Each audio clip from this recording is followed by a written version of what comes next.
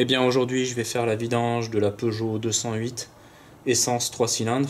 Alors pour l'huile moteur, je mets de la 530 100% synthèse, c'est de la CEAC2 et c'est aux normes PSA B71 22,90. En grande surface, si je prends de l'huile totale, ça vaut entre 32 et 60 euros si on passe de Leclerc à Carrefour. Là c'est de l'huile repaquée et j'en ai pour une vingtaine d'euros. Et c'est vraiment quasi c'est la même huile. Première chose à faire, on ouvre le bouchon de remplissage. Hop, je le pose juste dessus pour pas que la poussière rentre. Et on enlève la tige de niveau. Comme ça, quand on va faire la vidange, ça fera un appel d'air et ça évitera d'en mettre de partout. J'enlève le bouchon de vidange.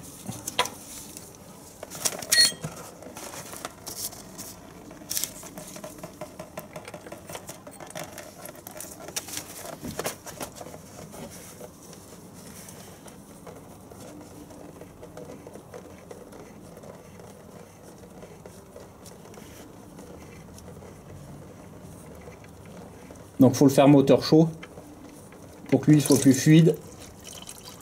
Et du coup je me brûle un peu les doigts, mais c'est pas grave.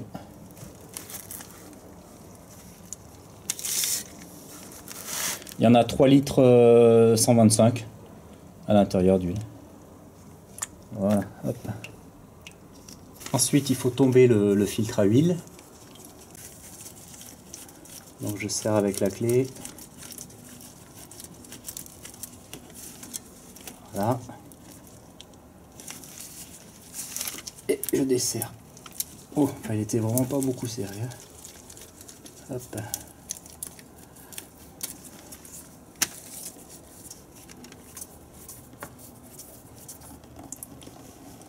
Hop.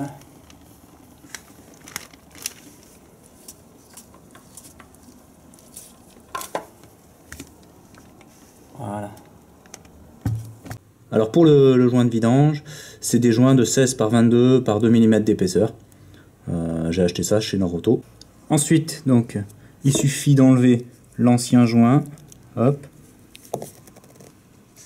Et je mets le nouveau joint. Vous voyez, ça rentre sans forcer. Voilà. La première fois que j'avais acheté le joint, je l'avais pris chez Peugeot. Il s'était planté de référence et du coup, moi j'essayais de forcer, ça rentrait pas et tout. Donc si ça force, c'est que c'est pas le bon joint. Vous voyez, ça force pas, hein, ça rentre tout seul. Ensuite, il faut bien nettoyer ici où on vient poser le nouveau filtre à huile et bien vérifier que l'ancien joint reste pas collé.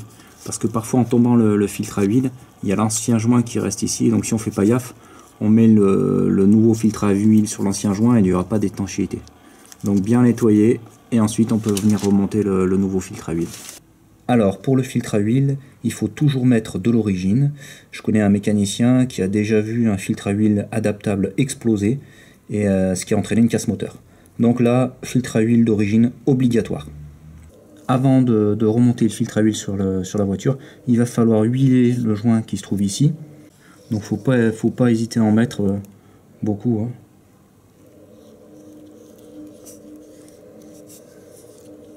Et une fois que j'ai mis l'huile sur tout le joint, je peux le remonter. Donc après avoir huilé le joint, je viens huiler la portée aussi ici. Ce qui facilitera le glissement du joint entre le carter moteur et le filtre à huile. Ensuite, je remets le filtre à huile.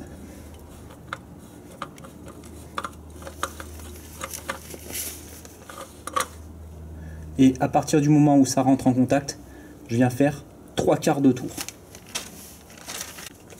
Donc là je me suis fait repère, là j'en suis à 1/4.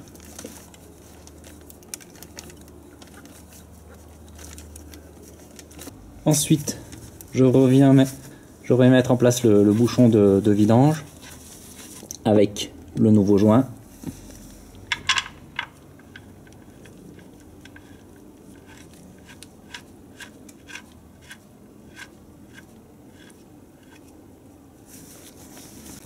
Et je viens serrer jusqu'à ce que le joint soit complètement écrasé. Donc dès que ça commence à forcer, un 1/8 de tour et puis c'est tout.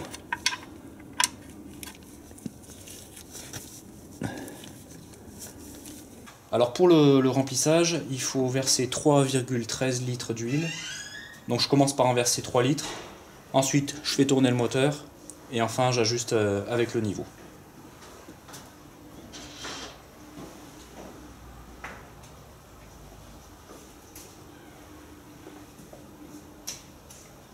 Avant de démarrer le moteur, on n'oublie pas de remettre la tige de niveau, de remettre le bouchon de remplissage. Voilà. Alors après une demi-heure de repos, je viens contrôler le niveau d'huile. Et on doit être entre le bas et le haut. Donc là c'est bon, parfait, pas besoin d'en rajouter.